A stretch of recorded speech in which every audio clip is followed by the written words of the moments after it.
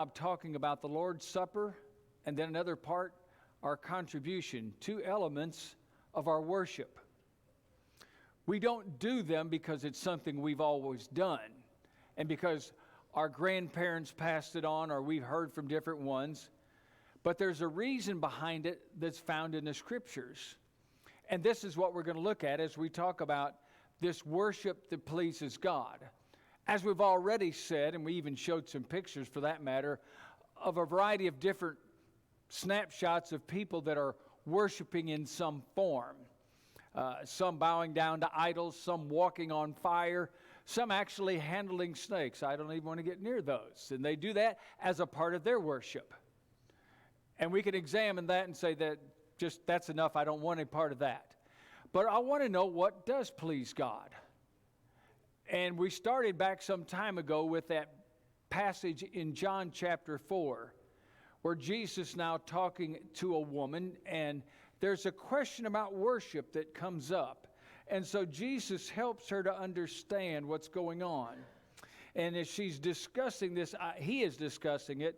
He says that the hour is coming in John 4:23, and now is when true worshipers will worship the Father in spirit and in truth, for the Father is seeking such to worship him.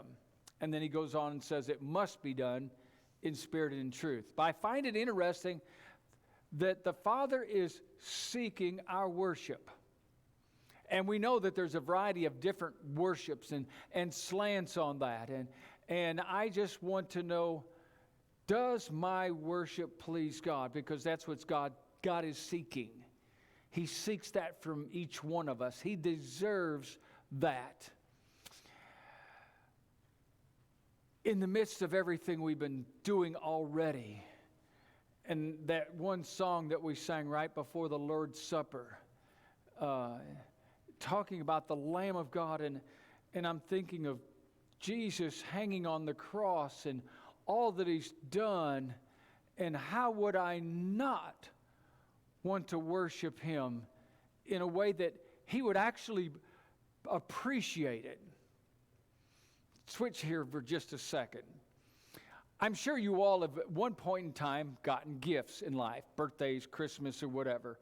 And once in a while, somebody gives you a gift, and when you get it, you open it up, and it's not what you're expecting and not really what you're needing, and you're trying to put on this show with your face. Oh, how nice. My youngest daughter's so good at looking at my face that you don't like it, do you, Dad? She sees it on me, and I can't see God, but I want to please him. So how am I going to know? Because he tells me what pleases him in worship, and he seeks that. And so as we're looking at this idea of worship, it's a gift that we're offering to God because we want to please him. And he tells us. Now, the interesting thing about worship, so different than a discussion we had some weeks ago as we were talking about deacons and elders and qualifications, and there's a list of them. How convenient. You turn to 1 Timothy chapter 3, and you've got a list, qualifications, and you can go down and you can categorize them. And then for deacons, the same thing. And when we come to worship, there's not a list format like the 10 Commandments of worship. But we can easily read through the book of Acts, which talks about the early church, and letters that Paul wrote, and we can see what the apostles did and how they directed the Christians, because there's a change that takes place as soon as the Old Testament is done away with at the cross of Jesus, and Christianity comes into view. The worship in Christian life in that early years and afterwards is so different and distinct from what was done in the temple or in a synagogue. And it's so distinct that God's drawing a line and said, this is the way it used to be, but this is what's going to be pleasing now. It's a different era. And so God lays that out. And so First of all, I want to talk about what I'll call the 5 components and the timing of worship. Timing is essential because there's a change from the Old Testament to the New Testament as far as the day that's done. And there's a difference in how worship is done. And so I've got 3 passages listed up there on the screen before you. One comes from Acts chapter 20, particularly one verse, as Paul's talking about a lot of stuff. And it goes on a little further, but we'll plant our feet on verse 7. And then 2 selections from the same letter that Paul writes to the church at Corinth. And quite interestingly, it's a church that had the most spiritual gifts of all. And he's having to correct what they did wrong in their worship of all things. And God's got them blessed with spiritual gifts, and they still missed it. And so we want to make sure. So Acts chapter 20 and verse 7. And the situation is Paul's on missionary journeys. And as he's doing so, he comes to a new area. And when he gets there, they're not worshiping that day. Matter of fact, they're waiting for a little while. And so they wait, according to verse 6, 7 days, because they just barely missed the time that they worship. So on the first day of the week, verse 7, so when it finally came around, the first day of the week, when the disciples came together to break bread, Paul, ready to depart, he was anxious to go the next day, spoke to them and continued his message until midnight. Did y'all pack your lunches? Because we're going to be here a while. No, I'm kidding. Not till midnight. I wouldn't last that long, and we would definitely catch up on that hour of sleep that we missed last night. I want you to notice that it says the first day of the week. That's distinct from the practice of the Jewish people who met on the Sabbath as is described in the Old Testament. Sabbath is the 7th day. That's the day that God rested. That is Saturday. And yes, there is a change. You can say it's tied into the day that Jesus was resurrected from the grave. That was also the first day of the week. I think there is a connection to it. But we are told there's a change that's going on. When the Christians are now gathering together, they didn't go, oh, Paul's here, let's just have a worship service. They waited till the proper day. Now, they could have done some singing and giving and a lot of other things in the meantime, but the worship of the assembly where the Christians gathered together, now we find on the first day. You wouldn't say necessarily it's laid out as a command, but it is. By the apostolic example, we'll see there, and one other place, the places that are mentioned in the New Testament, they're now worshiping on the first day of the week. And that's key to what's happening, particularly to the taking of the Lord's Supper, which we've already done. Because you can give at other times. You can pray at other times. You can sing at other times, and those things are mentioned in the New Testament. But it's on the first day of the week, and it's the Lord's Supper, that breaking of bread that's taken place there. Now, that phrase, breaking bread, can have 2 distinct purposes. It can talk about, hey, come on over to my house and let's break bread together, and that means we're going to eat. You all probably do that this afternoon. But you've also broke bread in a different semblance that Jesus refers to when he instituted the Last Supper, according to Matthew 16. And Paul talks about it in his letter to Corinthian letter in chapter 11, when they gathered to break bread. And you can tell by the context which one is which easily. So they gathered on the first day of the week when the disciples came together to break bread. Now, I've heard it said a lot of times that means that's the purpose of their worship, and therefore the sermon really doesn't amount to much, or the singing either. Not so. But it was a term that they used to describe what they are doing, that distinct from when they just gather at somebody's house to break bread, and distinct from any other gather. We gather to break bread. Oh, you're worshiping. It was the concept. They didn't use the term necessarily in every occasion, assembling, but it meant that, and sometimes they used that.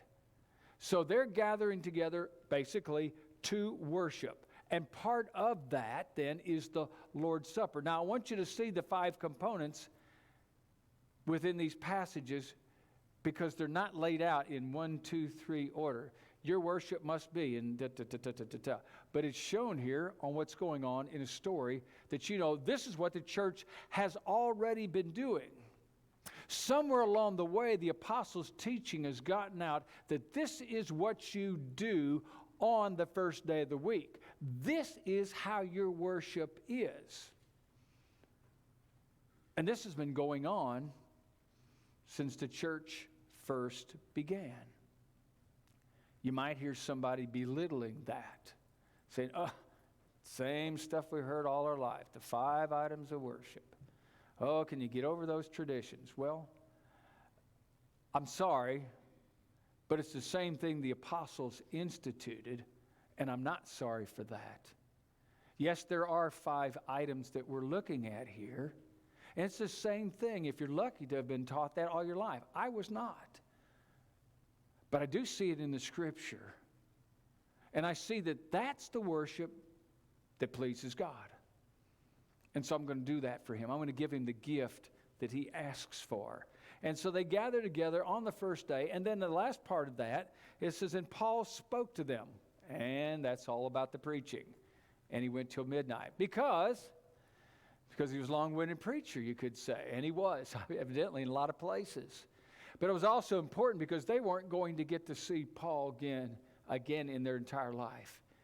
And you got the chance to talk to an apostle and to hear the message, and God's utilizing him. Now, it's interesting to know in this occasion and in the Corinthian letter that God will speak directly to an individual and give them a revelation of what they are supposed to say. And it's spoken that way. It does not happen that way anymore. The revelation now comes in the form of God's Word. In the time that Paul was out doing his preaching, and when he was writing letters like the 1 Corinthian letter, the Galatian letter, or any of these others, churches didn't have one of these. They didn't exist. They had forms of this, like a letter from Paul and a letter from John or whatever, and they had pieces of manuscripts. But the Bible was not composed or wrapped up together. They had no idea what God's will was, especially brand new Christians in the first era. And they might have a manuscript and might have some Old Testament. But in this whole process, they didn't know God's will completely, as we're privileged to have in the form of a Bible, all put together, all the letters together. And so God, for his early church, sent revelations down to individuals who spoke on his behalf. Nice that you didn't have to stay up all night studying for a sermon, for those that ever have to do those things. And teachers the same way, because God would use them in a powerful and miraculous way. And we see that in the Corinthian letter. Okay, so we're just setting the stage for that. Now, so we've got Lord's Supper, first day of the week, and we also have a Bible message. We see those items. Now, move over to chapter 11 of 1 Corinthians. And I'm not going to read all of chapter 11, 12, 13, and 14. But in this major section of this rather lengthy letter, Paul deals with worship. And in this setting, the Corinthian church was a newer church, and they did not have manuscripts. When Paul sent this letter to them, it was a portion of the Bible. And likely, if they're lucky, they might have had a letter copied maybe to the church at Ephesus or some of the earlier churches that were receiving letters. So they might have 2 letters of God's will. But they had no picture of what God's wanting them to do. And they had a lot of questions about marriage. They had questions about what if you have a marriage and your partner becomes a Christian and the other partner doesn't come into the church, and how do you live with them and what do you do? And they had a bounties. And so God's sending them answers and explanations and corrections in this letter. And we have it today. But they didn't have those answers before that. And so God's using these people, individuals within the church that are good people, and he'd send a revelation to them while they're worshiping. And a person would receive this, some chosen person of God. And sometimes they would do it in the form of a different language. And someone over on the other side would stand up and they'd translate it. And so they're cooperating together with God, of course, directing the whole thing. This is the message from God. And that's how they knew it was from God. We know today because we read it in the letter. And so we're looking at chapter 11, 12, 13, and 14 of a church that's getting revelations in bits and pieces along the way. And a big focus was they messed up their worship. Find it amazing. Those that are getting the miracles from God are now confusing what they're supposed to be doing about worship and what they're doing in worship. So he says in verse 2 of chapter 11 this, I praise you, brethren, that you remember me in all things and keep the traditions just as I delivered them to you. Now I want you to understand that word traditions is not what you think it might be. A lot of times we'll say, well, our tradition is at our house on Thanksgiving Day, we get up and the women do the cooking and the men go hunting. That's a tradition in some homes. I grew up that way, actually. Really liked it. I didn't have to do anything in the kitchen. And my backyard was a huge field. And I'd take my pellet gun and I'd go hunting. I'd be gone for a few hours. You never worry about kids being gone that much back then. And that was a tradition. But that's not what he's using here. When he uses the word traditions, and he says, keep the traditions, he's talking about revelation from God that's passed to him, and he's now telling them. It's a commandment. It's not, we traditionally have 5 songs before we start the Lord's Supper. It's not anything like that. It is a form of God telling them what's going on, and it's passed on to the next person. It comes from an apostle. So it's different, and the point is, I'm telling you, keep the commands is what Paul's saying. So keep the commandments just as I delivered them. He's delivered that to them. Now he talks in verse 4 about what goes on in their worship. Every man praying and prophesying and having his head covered dishonors his head. Now it's referring to a lot of things back and forth about men and women, heads uncovered, heads covered. But I want you to notice what's going on in the assembly. They are praying and they are prophesying. Prophesying means teaching from God's word. God again sending miraculous messages, and they speak on God's behalf. So there's prayer now that's being mentioned in verse 4 in the assembly. So why do we pray in the assembly? Because God's showing us that that is one of the things that the early church did. And included in that is the idea of prophesying or teaching from God's word. Now, jump down to verse 17, because this is what I was mentioning, that not everything was going well in the church, even though they were miraculously endowed. Now, in giving you instructions, I do not praise you, since you come together not for the better, but for the worse. In other words, I can't praise you for your assemblies because you got things so messed up, you'd been better off if you'd stayed at home. Wow. I want my assembly, my worship to be pleasing to God. Verse 18, they're talking about assemblies. Says, first of all, when you come together as a church, when you are assembling, I hear that there's divisions among you. So that's not right. In process of all that, he says, verse 20, and when you come together in one place, it's not to eat the Lord's Supper.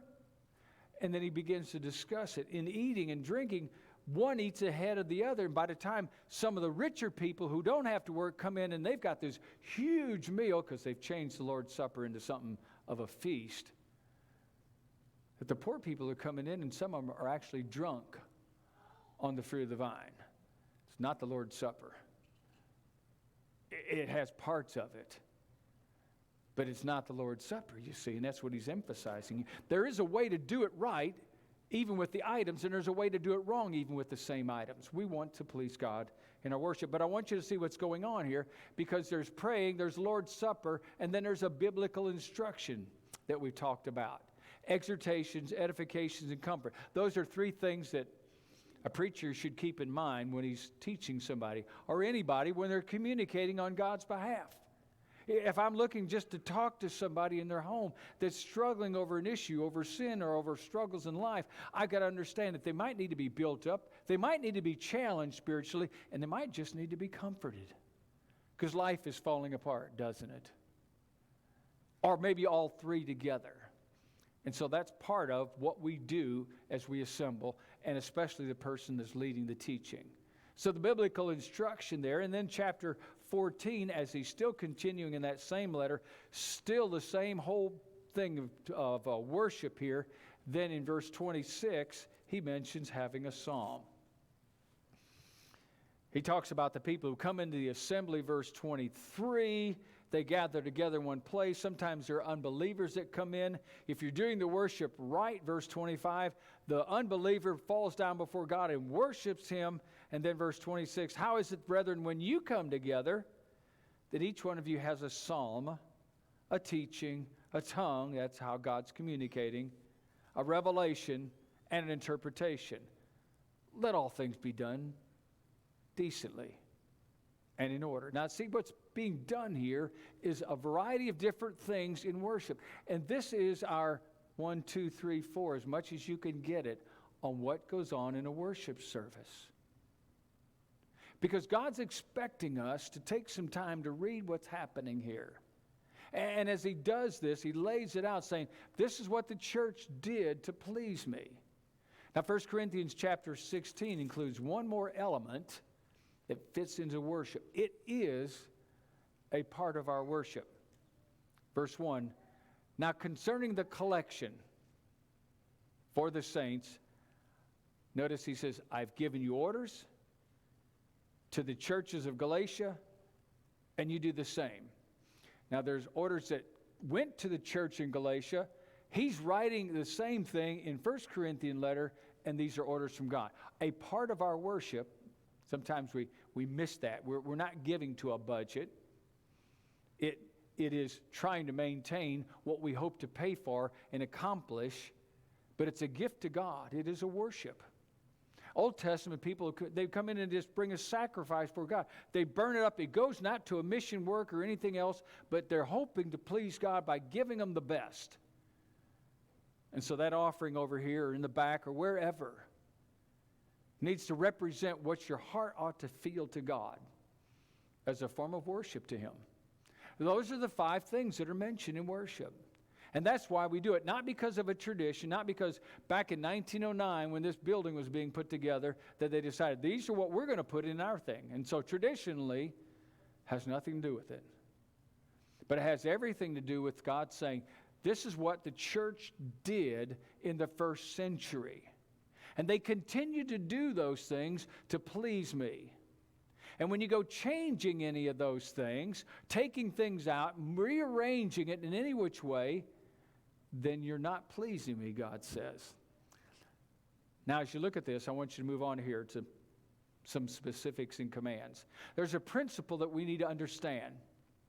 As God is giving us these different items, you can say, or components of worship, or anything else for that matter, as far as a command is concerned, a command is to be followed as specific as the command is given. So when, for instance, God says on the first day of the week, he doesn't tell us 9 o'clock in the morning or noontime or 2 in the afternoon. But it has to be on the first day of the week. That's the specific. So following that command, we've changed our service times occasionally, especially during COVID and moving things around a little bit. And that command is first day of the week. So it's as specific as that. And there are a couple passages I've thrown up there on the screen is from Joshua chapter 6. And that's a discussion where when Joshua's out and God says, I want you to go out and march around Jericho. And I want you to do it once a day for 6 days. And then on the 7th day when you do that, I want you to sound trumpets at the end of that. And the walls will fall in. Maybe you've heard this story. And they did it as specific as they were told.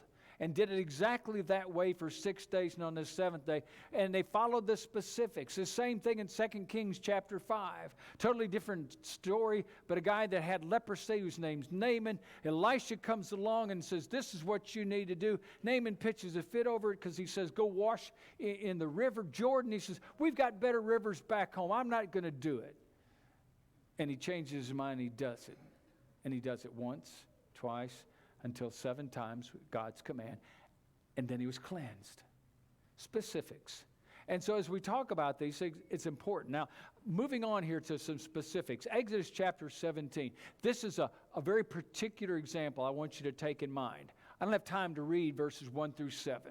But the story is about some complainers who are not getting the water out in the wilderness that are following along. The Jewish people now have left Egypt.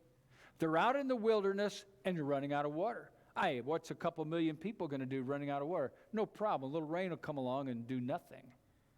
So they're complaining to Moses about that. And God talks to Moses about it. He says, I hear it. I know you're frustrated. I am too. Here's what you do. You go over to this rock over here and you strike this rock. And when you do, water's going to gush forth. And so it happens exactly that way because Moses follows God's commands as specific as was commanded. A little later in time, when you go over in the book of Numbers, same group of people, same problem, they've run out of water. And when they run out of water, this time God says, I want you to go over to this rock and I want you to talk to the rock. I want you to speak to the rock and water will gush forth. And frustrated as he was, and I can imagine how any of us would be, of hearing these people complaining, he goes over there with his staff. God's already told him back some time ago to strike the rock. He's walking up to the rock and he's thinking about it. He's frustrated and he just draws back and he smacks that rock and commands it to bring forth water. Water came out. And God says, because you did not honor me before my people, you're not going to get to cross into the promised land. And you got to say, he didn't get to go into the promised land because of that? Oh, give me a break. I mean, not only that, but way back when you said, speak to the rock. Or hit the rock, and I hit it. Well, I just did it one more time over here, extra measure. I spoke to it, and I hit it. And Moses lost his privilege over not following the specifics of a command. Now, I know that's Old Testament, and I know it's not in reference to worship, but it's in reference to commands.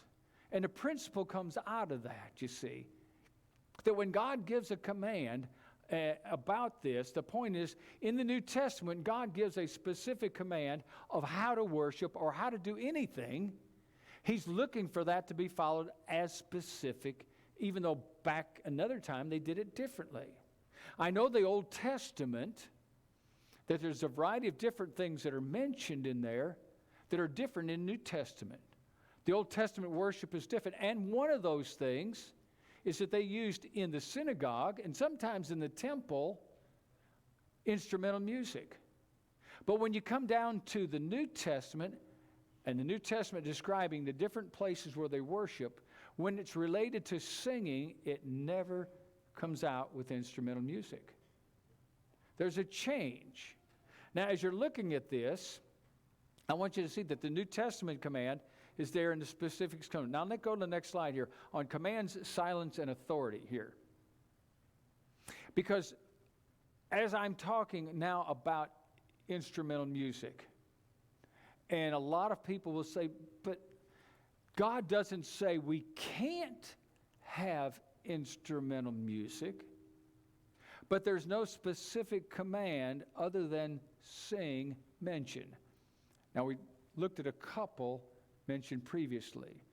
Another one is Colossians 3:16, where it talks about singing psalms and hymns and spiritual songs. And Ephesians chapter 5:19, almost exactly the same. Yeah, 2 verses you may have heard all your life, or you may not have ever heard of them, that mention singing to God. But those are the only passages dealing with New Testament worship that references music, and it's always singing. And the Ephesians passage that talks about soloing, and sometimes translated plucking the strings, talks about soloing the instrument of the heart. Not the harp, but the heart. So there is an instrument involved in our worship. And it's beating inside my chest right now, and yours too. The heart. So as we're looking at this idea of instrumental music, even though it says, but it doesn't say we can't, that doesn't allow us to do whatever forms of other things are. It doesn't mention, for instance, incense. It doesn't mention certain robes and holy water and all the other things that I grew up with, and maybe some of you did too. Not mentioned means not authorized. And see, that's the battle sometimes that we have with people discussing this. Well, if it's not mentioned, it must be okay. Yeah, really. My brother used to pull that on my mom when he was young. Okay, he passed away now, but he'd say, Mom, I'm going down to visit Kent down the street. Oh, okay, go ahead. And when he get to Kent's house, he'd say, hey, let's go over and see these girls over here. He never asked for that. But she didn't tell him he couldn't do it. But he was doing something he knew he shouldn't have been doing. When God gives us a specific command, the silence on everything else is automatically excluded. God says, sing. If you go out to buy a new car, and you talk to the guy and you say, this is the car I'd like to have. And then he pulls it up in front, and you get in and you look at it, and the price tag's twice as much. Hey, what's got, well, it's got this and this and all these other extras. I haven't asked for the extras. I asked for this kind of car and this thing. He says, well, you didn't say no to it. Now, we understand that in life in so many different ways, relating to how we raise our kids or how we relate to one another as individuals, husband and wife. We know when we say this much that that's what we're talking about. And somehow when we get to God, we want to expand that because we really want to do things our way when it gets down to it. I'm looking for worship that pleases God. Not me. Not my friends. Not for a show. Hebrews chapter 7. I want you to notice a passage here that actually specifically deals with this concept of silence prohibiting.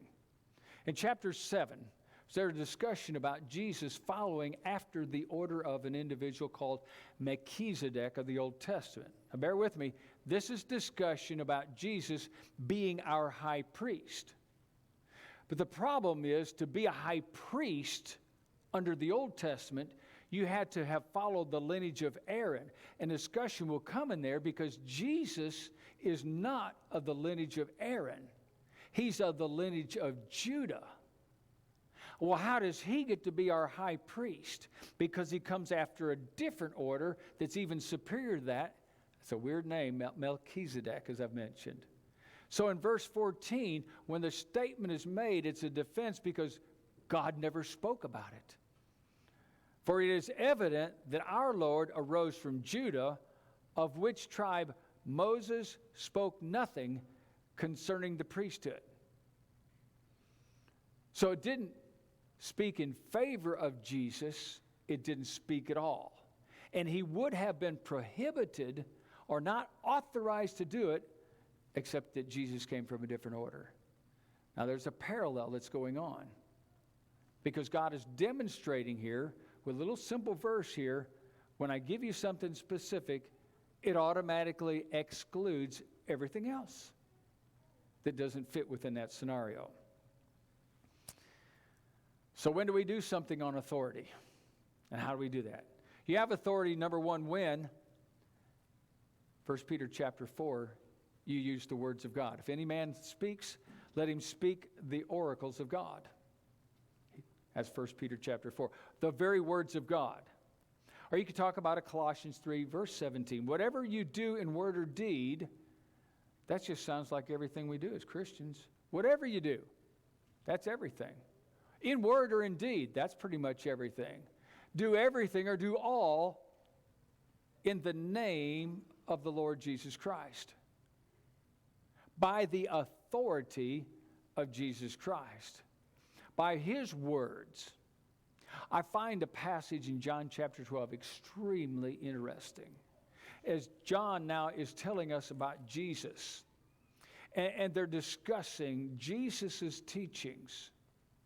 And Jesus is talking about his word and how it's going to be a part of our judgment. Verse 48, Jesus says, "He who rejects me and does not receive my words has that which judges him. The word that I've spoken would judge him." And then he says this, as far as how he perceives his authority. Notice this.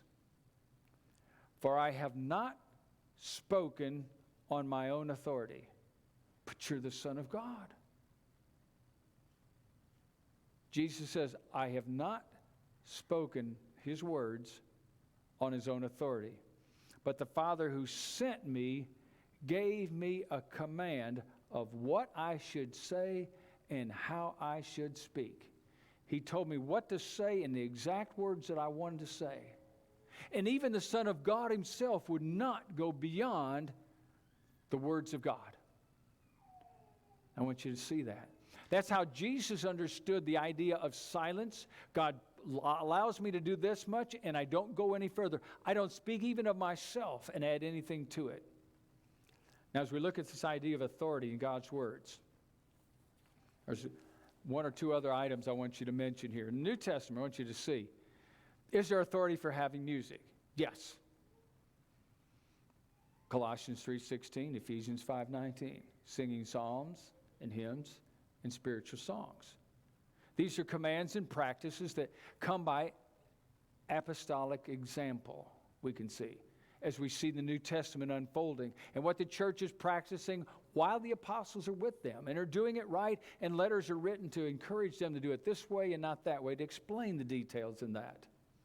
And the specifics are saying. No instruments of music are mentioned in New Testament worship. Yes, they are mentioned in the Old Testament, along with incense, burning sacrifices, and a host of other things that they did. And there's a lot of practices that go on in different religious groups today that are added to the worship as a part of worship. But it's not a part of the New Testament worship mentioned here. Now, I want to come down to a couple things here very quickly. I want you to understand about early Christian worship and, in a matter of speaking, a history of it. The term, first of all, a cappella, that you've heard probably mentioned before. You go, oh, that means don't use musical instruments. But I want you to look at the word itself because it defines something about how it's been looked at over the ages. A cappella means as sung in the chapel. What are you going to sing today? We're going to sing a cappella. Oh, we're not using a piano. A cappella means how they used to sing it in the chapel. Now, I realize chapels change, and it's not that way today. But the term is expressive of what worship was like in times of old. They didn't use an instrument. Now, to cover it in the details, and there's a host of history written on this subject about Christian worship. History itself does not prove what God wants or doesn't want. But what it does tell you is how the early Christians perceived what is written in there and what they did in their response.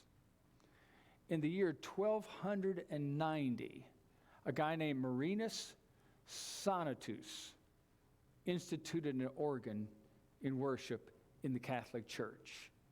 By that time, it was the Catholic Church. It grew out of first century Christianity, but for 1290 years, they sang. Our country has not been around that long. But for 1250 years after the church began, all they did was sing. Their understanding of what the Apostle Paul was preaching and what the early church practiced for over 1,000 years was simply singing. Had there been any other reason to do, somebody would have been doing something along the way that would have changed it. But nothing had been taking place. Historically speaking, the Christians are looking back as a witness saying, This is how we did it. This was our interpretation of the New Testament. Had there been some other interpretation of what we're looking at, you'd have seen evidences of it. Oh, it's okay because they did it in the first century. They didn't do it in the first century. My understanding of singing specifically is because that's the way they did it too. Their understanding was that way. And in the second century, the third century, all the way down to 1290, when finally somebody got his way. Not everybody, because of the early groups of people of the Reformation, not Restoration, but Reformation movement, guys like Erasmus, Wycliffe, and just a mountain of other people, Martin Luther and Zwingli, these philosophers in that day and time who came out of the Catholic Church did a tremendous amount of complaining in the 1500s, that's 1,500 years after the church started, complaining because they were bringing in instrumental music in some occasions. And they said it's wrong. One of them talked about it being an anathema, that they would never practice such a thing. And yet that was within the church itself, the Catholic Church, I might say, though, 1,500 years later. Now, see, my take on this is they're telling you it's never been done. Today, when we talk to people and they go, you mean you don't do that? Everybody's doing this. But for 1,500 years, not everybody was doing this. After that period of time, changes came. It's time to consider what God says in this whole process. Sayings and answers real quickly here. Number one, I hear people saying, well, I grew up with this. I like it. And sadly of all, I heard some recent lessons and one saying, we're just tired of turning away people. They come here and they want instrumental music. They say, well, we don't have that. I'm going somewhere else. And that becomes a premise for them to re-examine New Testament worship and give it a new slant. Because for 1,500 years, that was not the premise. Whether people liked it or not. And all I can think of is that passage in John chapter 6. When Jesus gives a very strong and powerful message, and the people in verse 60 are kind of bothered by it, and they called it a hard saying, and they didn't really like it. And then eventually when Jesus bared down, they left. The multitudes left.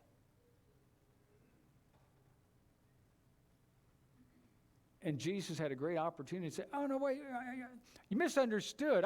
Please don't leave. We want the multitudes to be with us. We'll work this out, guys. And instead, Jesus turns around to his apostles in verse 66 and says, will you turn away also? And the response to the apostles, where else do we go? You have the words of life. I want to do God's things God's ways, using God's words and speaking what God says. Our life will be pleasing to him, and that's our goal on this earth, is to give God what is due him. And in that, our worship also. So that's our worship and how it's done. It's not tradition, it's Scripture. And it's what God is after for a worship, and that's what he seeks. Give him what you're due him, what is due him, in everything, including your worship and your giving, and may he be pleased with us. Is your life right with God? And if it's not, would you come to him while we stand and sing?